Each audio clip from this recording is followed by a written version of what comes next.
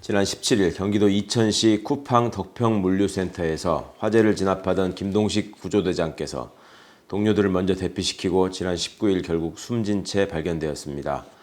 소방 국가직화 이후 1년이 지났습니다. 소방청은 지난 3월부터 순직사고와 안전사고를 줄이기 위한 소방공무원 현장 안전관리 종합대책을 마련하여 2016년부터 5년간 위험직무 순직과 현장사고 발생 건수는 2019년까지 지속 증가하다가 2020년 위험직무 순직은 2건으로 전년도의 9건 대비 77.8%가 감소하는 성과가 있었다고 합니다. 그러나 그동안 많은 인명피해를 유발하고 있는 대형 물류창고 등 대규모 건축물이 화재에 매우 취약했는데도 이에 대한 대책은 미흡했습니다.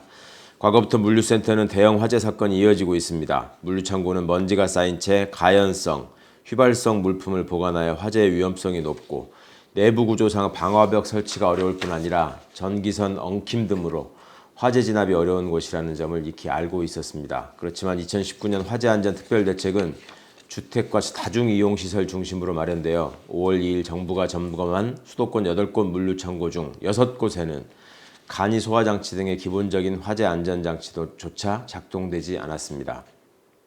더구나 쿠팡 측은 오작동이 많다며 스프링클러를 잠궈두는 바람에 작동이 늦었고 평소 화재 경보 방송도 제대로 작동되지 않아 노동자는 당일 안내 방송도 오작동으로 착각할 정도였다니 더욱 안타깝습니다. 해당 물류센터는 2018년 2월에 화재가 발생하자 대피하는 직원들을 제자리로 돌려보낸 적도 있었습니다. 이번 사건에도 노동자가 탄 냄새를 보고하자 관리자는 컨베이어에서 나는 냄새일 것이라며 대응을 하지 않은 것입니다.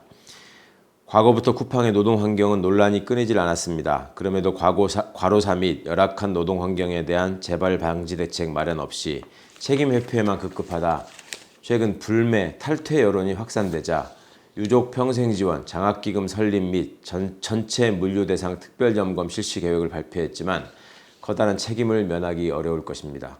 당국의 엄정한 대응을 촉구하며 다시 한번 김동식 대장님의 명복을 빕니다. 국가인권위원회가 정부의 차별금지법 제정을 공고한 지 15년이 지났습니다.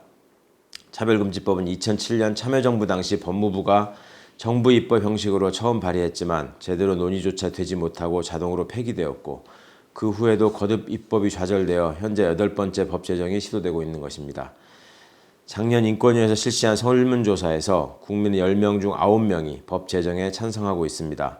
2019년 3월의 조사보다도 15.6%포인트가 높아진 수치입니다.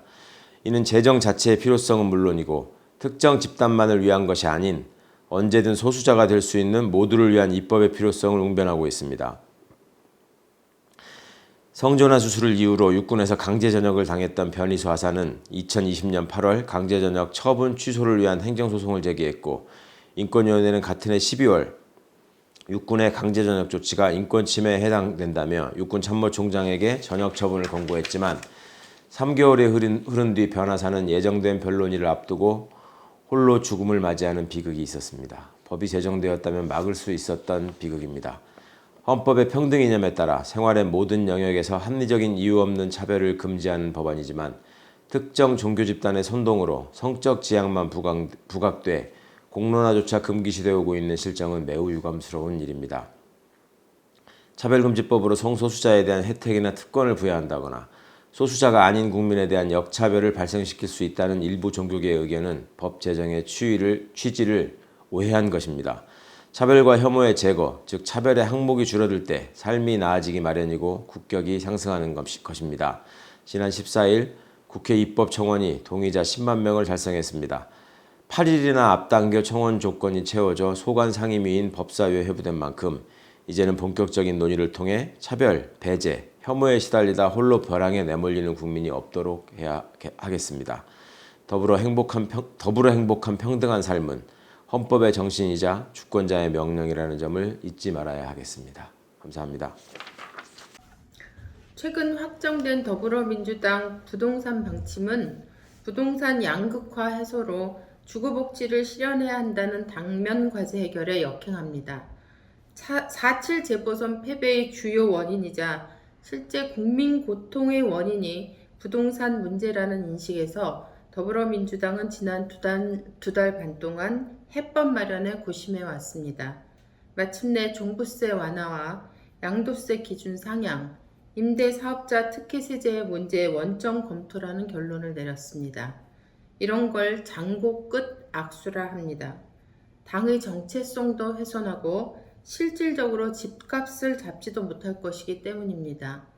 더불어민주당은 부동산 정책의 기본 방향을 제시하고 당이 누구를 위한 당인가를 분명히 해야 합니다. 9억 기준 종부세로 서울에서는 16%가 해당하지만 전체 주택 소유 가구로는 3.7%가 해당됩니다. 종부세 대상 축소가 집값 안정에 어떤 기여를 하는지 답해야 합니다. 지금 국민의 부동산 고통은 천정부지로 오른 집값, 월세 부담 가중, 기준선 이하 주거 환경을 강요받는 이들의 실질적 고통과 상대적 박탈감으로부터 옵니다. 부자 감세는 목소리 큰 이들의 요구에 응답하는 것일 뿐 아니라 집값이 올라도 정부가 보호할 것이라는 시그널을 주게 될 뿐입니다. 정부 여당은 흔들림 없이 기존 정책의 일관성을 유지해야 합니다.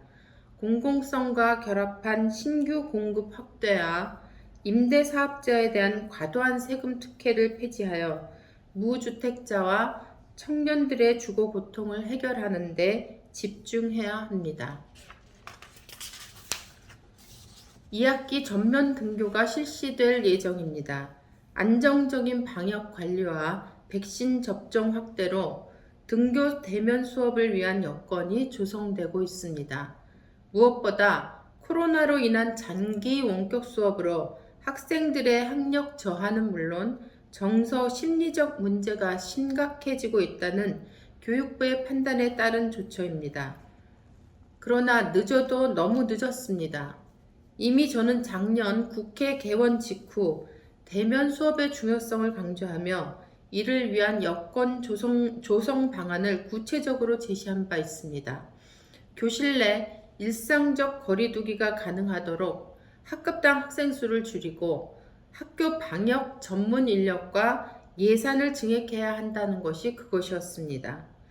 늦었지만 지금이라도 전면 등교 방침을 실시하기로 한 것은 다행입니다.